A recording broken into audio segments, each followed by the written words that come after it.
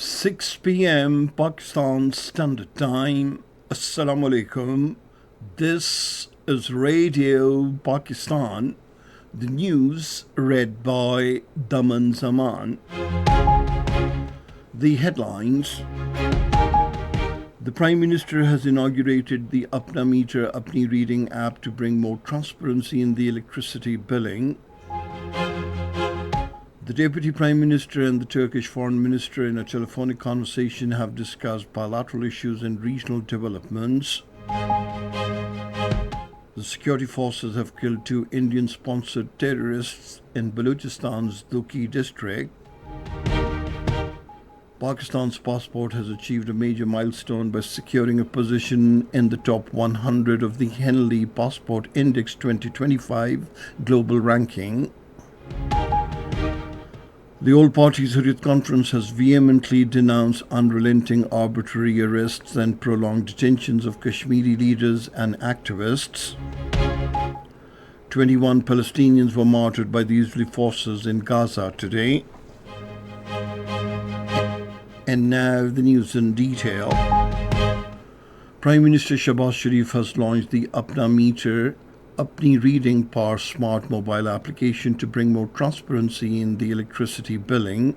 Addressing the launching ceremony of the app in Islamabad today, he said it is a revolutionary technology reform to ensure transparency and benefit the consumers.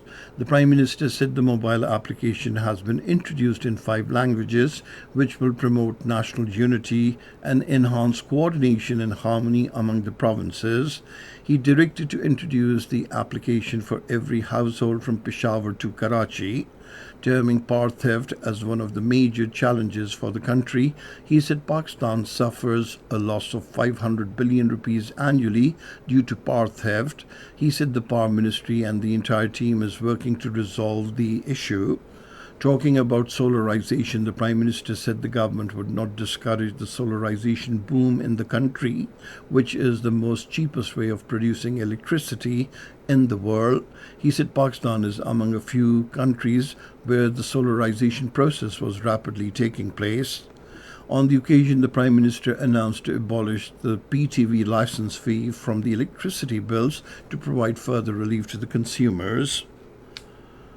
The Deputy Prime Minister and the Foreign Minister Mohammad Isagdar and the Turkish Foreign Minister Hakan Fidan in a telephonic conversation have discussed bilateral issues and regional developments.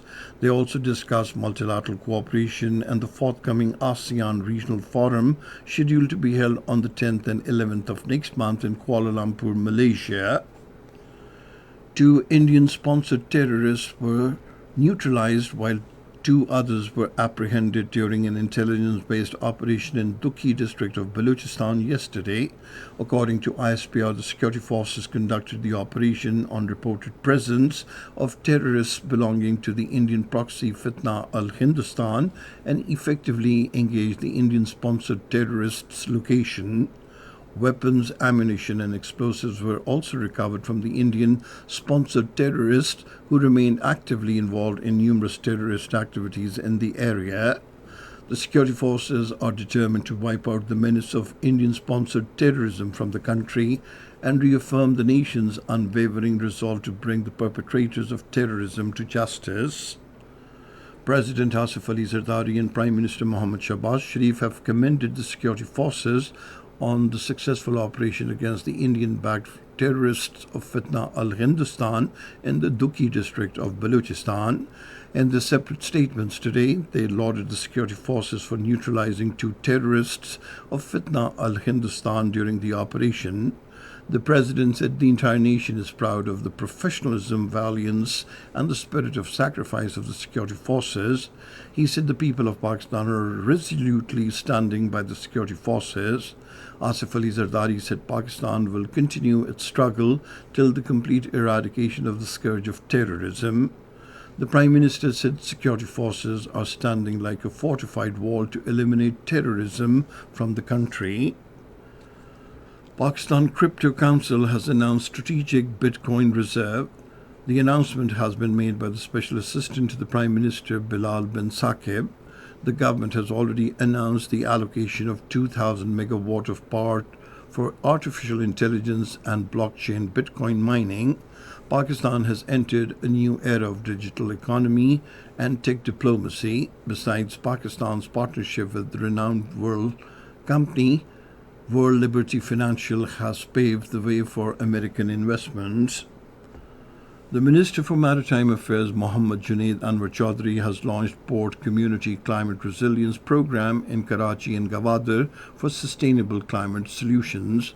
In a statement, he said a comprehensive national action plan will also be developed in coordination with the provincial authorities to prepare a climate resilient program. This is Radio Pakistan giving you the news. The Pakistan passport has achieved a major milestone by securing a position in the top 100 of the Henley Passport Index 2025 global ranking.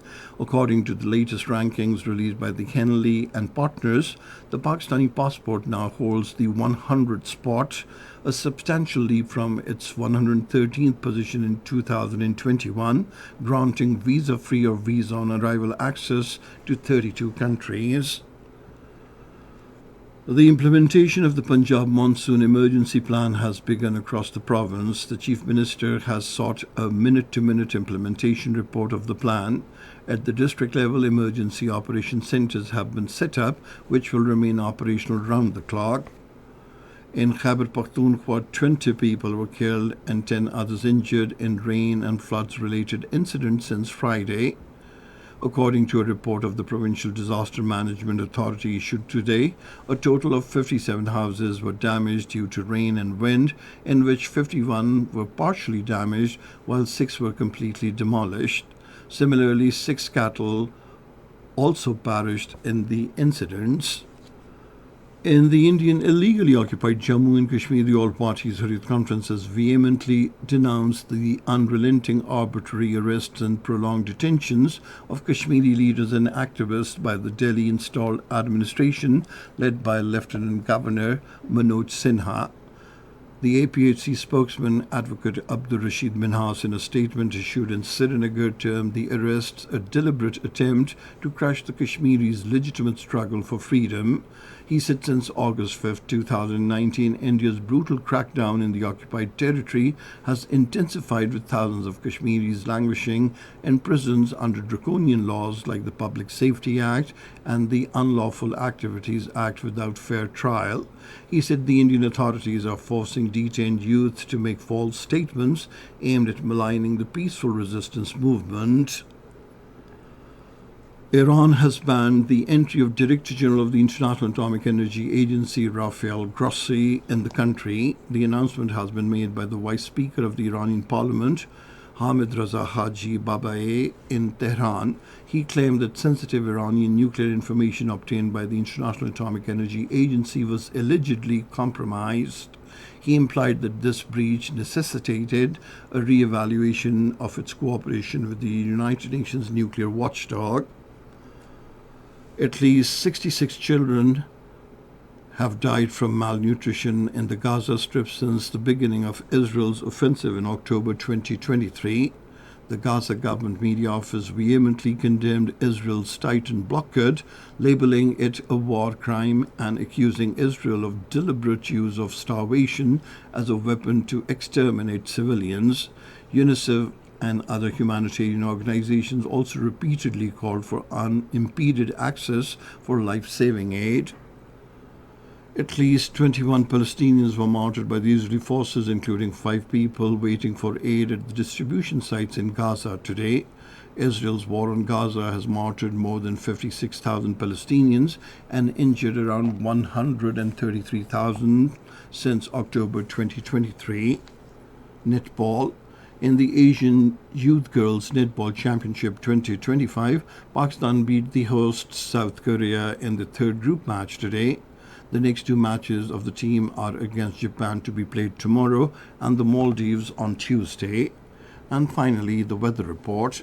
Rain, wind and thunder showers are expected in Islamabad, Pothohar region, northeast Punjab, upper Khyber Pakhtunkhwa and Kashmir during the next 12 hours. However, rain, wind and thunder showers are likely at isolated places in central and south Punjab, northeast and south Balochistan, southeastern and lower Sindh.